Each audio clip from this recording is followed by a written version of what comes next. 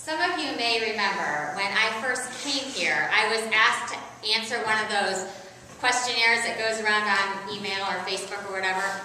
And it has questions like, what's your favorite word? Jen Haas remembers. What's your favorite word? And I said, my favorite word is onomatopoeia. I just like the way it sounds. And then, what was my favorite sound? I said that it was the wind chimes that my parents gave me. And the question was, what do you do when you're bored? And I said, run or read. And then one of the questions was, how many tattoos do you have? 3.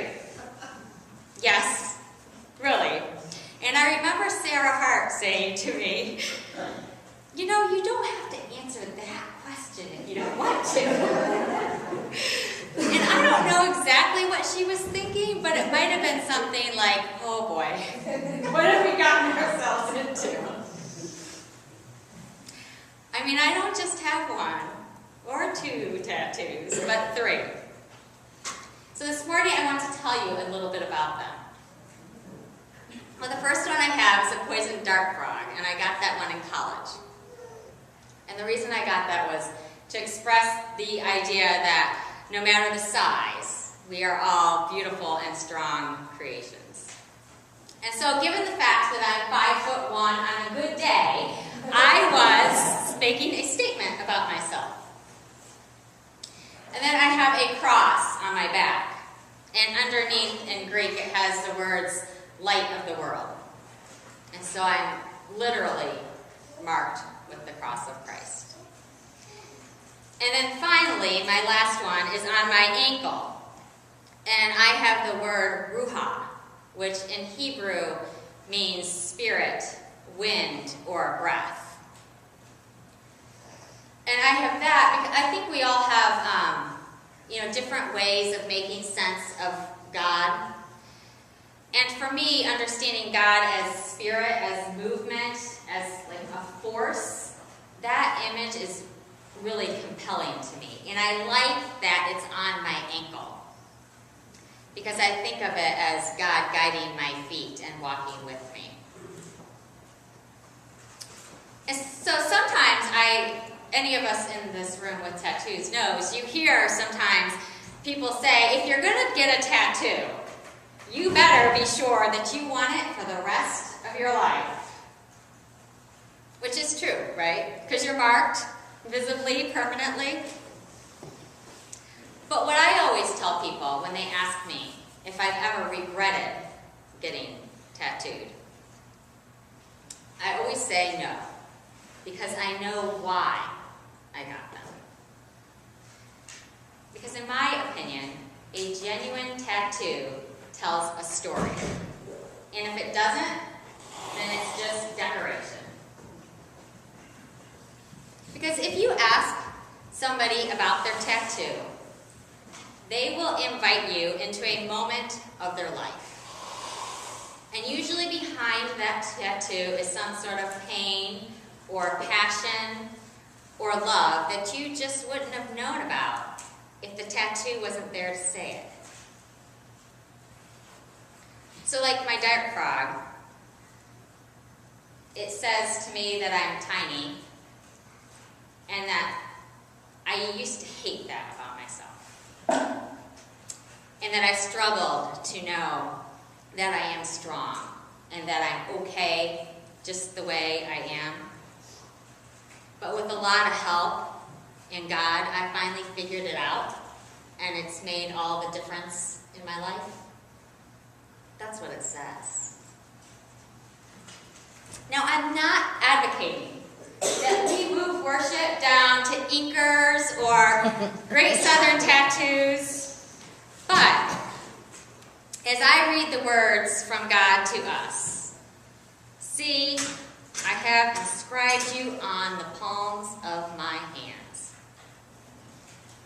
I can't help but ponder this tattoo imagery, that we are God's living tattoos, inscribed upon God's hands.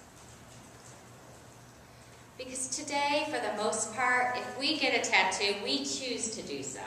And God chose also. But back Isaiah was a prophet, the only people who were tattooed were servants and slaves.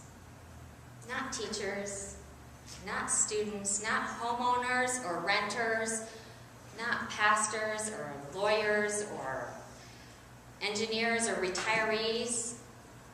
Only slaves, only servants. So God says to us, I'm going to become your servant. I belong to you. And to prove it, your name is tattooed on my hands. I can't go anywhere without remembering you. So since I've had a few tattoos carved on my body, I can't help but wonder, was it painful for God, inscribing us into his very self? Because I bet it was. I bet it is. Because that's the nature of making yourself that vulnerable. Jesus has got the nail holes, and the sword holes, and the whip marks all over him. Because he's determined to let all of us know that our names are written on his hands. And that makes my heart a little bit sad when I think about it that way. That in our being made whole, God had to give up so much. And so I wonder, did God know how permanent it would be? And I'm sure, and I'm also confident that God would have it no other way. Because it seems to me that every time a child is born and another name is etched onto God's hands, God doesn't remember the pain. God sees the creation and wouldn't change that for anything. Just so that child's name, just so your name can be written on God's hands. And since I have a few tattoos, I also wonder, does God like his tattoos? And you know what? I know that God loves them because they are an expression of who God is. We are an extension of God. God knows why he got tattooed. We're an expression of who God is and what God is about. We cannot be wiped away or forgotten. And we matter a lot to this God who loves us. Even when we think we are forgotten, Zion, they cry out, the Lord has forgotten me. Even when we cry out like Zion does, the Lord hasn't. Because that's the promise, that never, ever will God forget us. It's we who forget sometimes. And I was thinking about this, about how we forget and question who we are and question what we're about. And I remembered that in Jeremiah and Isaiah and Deuteronomy and Exodus and Hebrews, throughout the entire Bible, it also says that God promises to tattoo us. Really. God says, I will write it on their hearts. And I will be their God, and they will be my people. So whether you ever wanted to get a tattoo or not, you've got one on your heart. And it may be sometimes really, really hard to know that we're not alone.